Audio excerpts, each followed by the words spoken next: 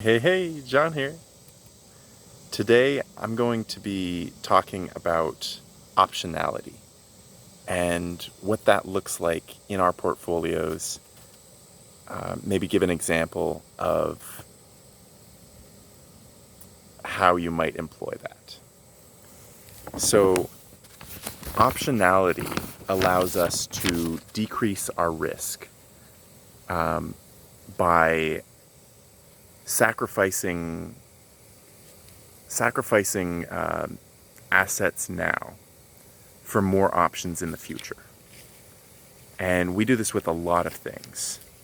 Entrepreneurship is basically based on that concept that, hey, I'm taking risk up front for the opportunity of options in the future. The concept of marriage, same deal. I'm taking a risk up front for the potential to start a family and create something in the future. And that applies to most of our lives, not just in finance, but all sorts of stuff.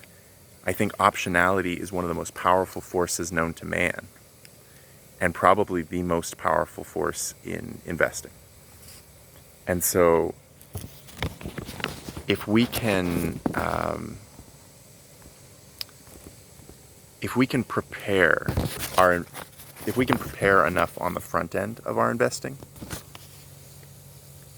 we can shed most of the risk before we've ever made the sort of tactical decisions in the moment.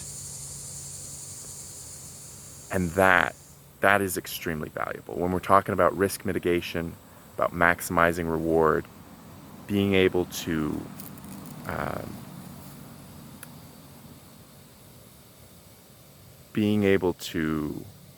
shed the risk earlier on means that we can play defensively rather than offensively. The decisions we make are to avoid damage, not to ensure success. And that's extremely valuable. The way that I like to look at it is sort of layering of, kind of like an onion of investing, right? Where we've got layers of value on top of each other. And we create rules that are either increasing our reward or decreasing our risk. And so we get closer and closer to success as we establish those rules, those principles.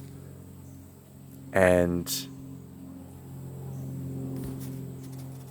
when we layer them on top of each other, we create this sort of net that captures value for us and makes us more effective. And I think the biggest driver in there is the optionality. Those layers should be providing us more optionality.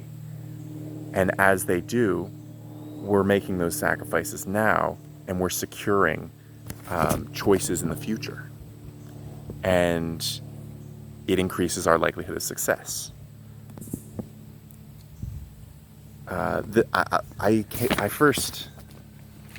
first came across this concept in name, at least, in Nassim Taleb's book, Anti-Fragile.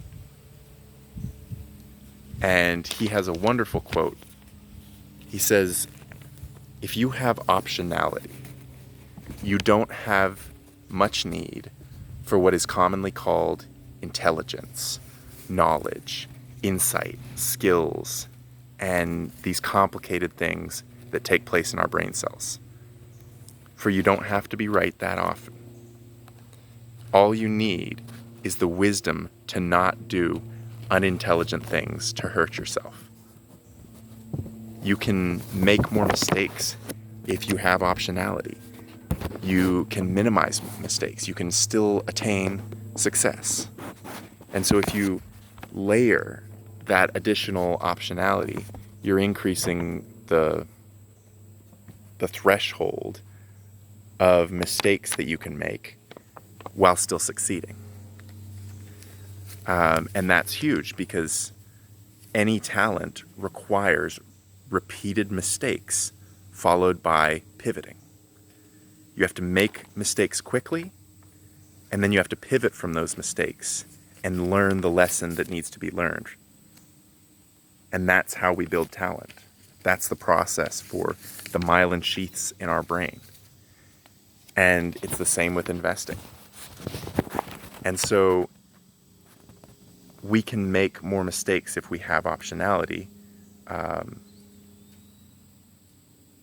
But how does that play out in real life? You know, what does that look like in our portfolio? You know, it's a cool concept, but how do you apply it? And I think the best way to point it out is an example. If you've been around me for any length of time, then you've probably heard me talk about that wonderful member of the periodic table, silver. Silver is a wonderful metal for a variety of reasons, but especially because, well, at least I believe, that it's responsible for forming the foundation for much of modern civilization. If you'd like to know more about that, there's an amazing book called Silver, the Restless Metal. Fascinating. But that's kind of besides the point. If we're looking at the optionality of silver as an investment, how does that play out? So the way that I see it, silver carries utility in a few different ways. It's recognized as a precious metal.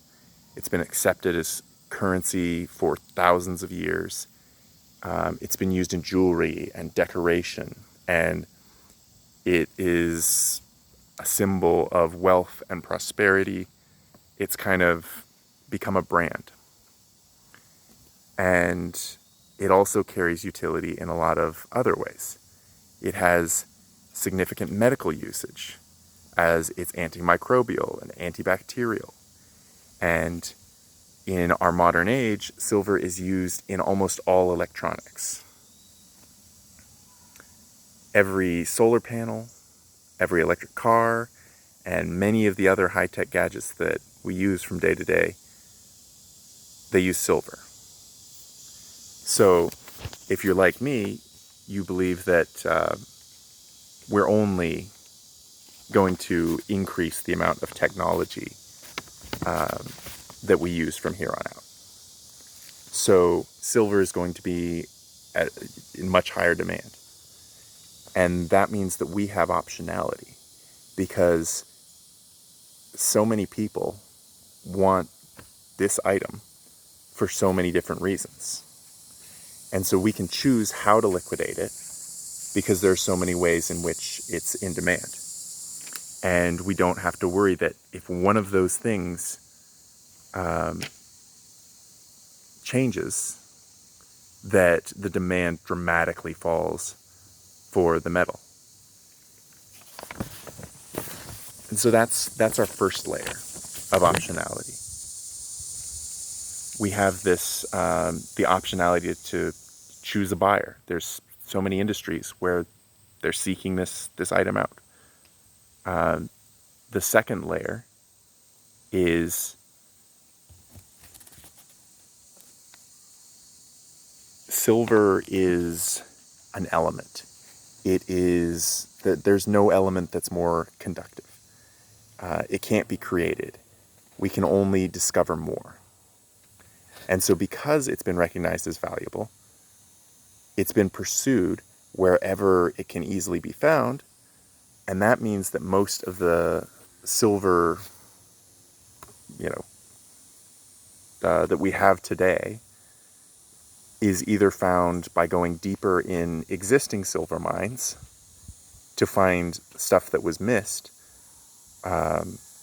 or finding places where nobody looked for precious metals in the past. And so that adds difficulty to the process. We have to go places we wouldn't have gone before. Tree branch has fallen on me.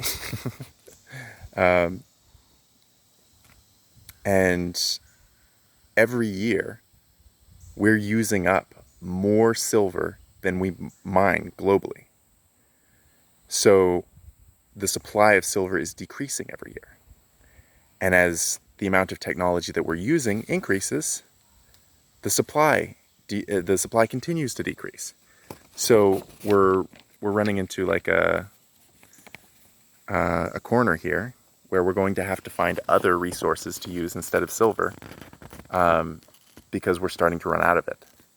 Maybe not super quickly, but every year it's getting more and more rare.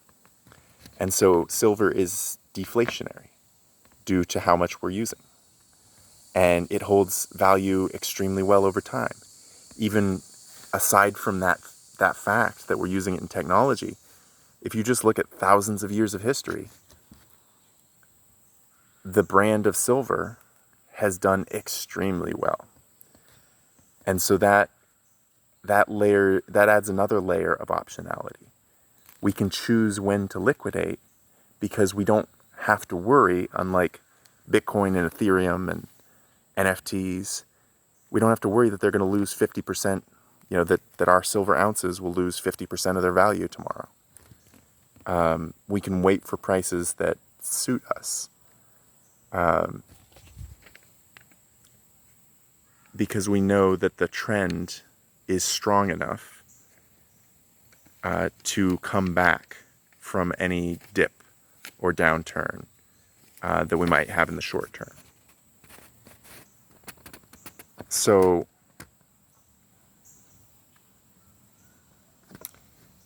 what I like to do is layer more optionality on top of that. We've got the utility, we've got the stable, appreciative value. And then I go a step further and I'm like, hey, options contracts. Why are they called options contracts? Because that's what they're designed to do. Give you more options in the future for a little bit of money now. Or a sum of money now. Might not be a little. But, it's bets that the shares of the companies that hold or mine silver will go up or down. And so they lock up their shares and sell me the option to buy or sell those shares at a certain price. And that allows me to take advantage of exponential opportunities for gain. The amount of resources that I have to assign or allocate to get that opportunity is dramatically lower than the potential of the opportunity.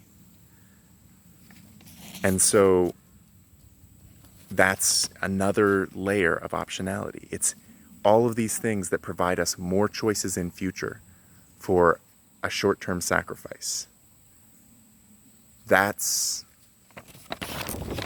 I believe that's the most important thing we can do in investing.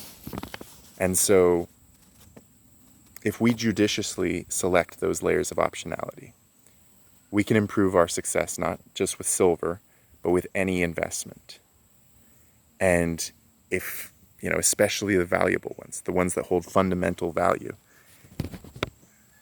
the choices that we make up front, the research we do, the assets that we select to invest in, if we layer those things, we choose, hey, I'm not just going to pick something based on the optionality of the asset itself, but hold on, does it follow any major trends? Are there any major trends affecting silver right now, or affecting energy or food or any of the other investments that I'm looking at, right? What are the other layers that I can put on that onion to build it up, to make it as risk-free as possible or as reward-prone as possible? And that right there, that allows us to risk such a small percentage of our portfolio because we've layered so much that our risk has dramatically decreased. If you eliminate 80% of the risk and you only have to put up a very small amount of money for an opportunity that could make you 10 or 20 times your money, then that's huge. That's very different than putting up 100% of your money to make maybe a 20, 30% gain every year. And so our ability to protect ourselves in times of volatility and to grow our portfolios in those times of volatility increases dramatically. Thank you guys so much for listening. I really appreciate it. Please like and subscribe if you'd like to see more of this content. And if you have any feedback or criticisms, drop a comment below and let me know. Thanks. All right. So once again, if you guys haven't prepared yet, lock in some assets that will protect you in this coming crash. Real estate, food, energy, currency, it's all starting to teeter. And we all need to be prepared to take the hit and weather this storm that's coming. If we can just keep our heads above water, then we'll be ready to take advantage of opportunities that crop up afterwards. I think we're going to have a prolonged period, a prolonged downturn. It'll probably be one thing after the next that just kind of takes us down a waterfall. But on the way down and at the bottom on the way up, there's going to be opportunities that we can take advantage of. But we'll only be able to take advantage of those opportunities if we can keep our own heads above water. So be prepared. Lock in some safety for your portfolio before things get too bad. Thanks again for watching. Hope you guys have a wonderful day.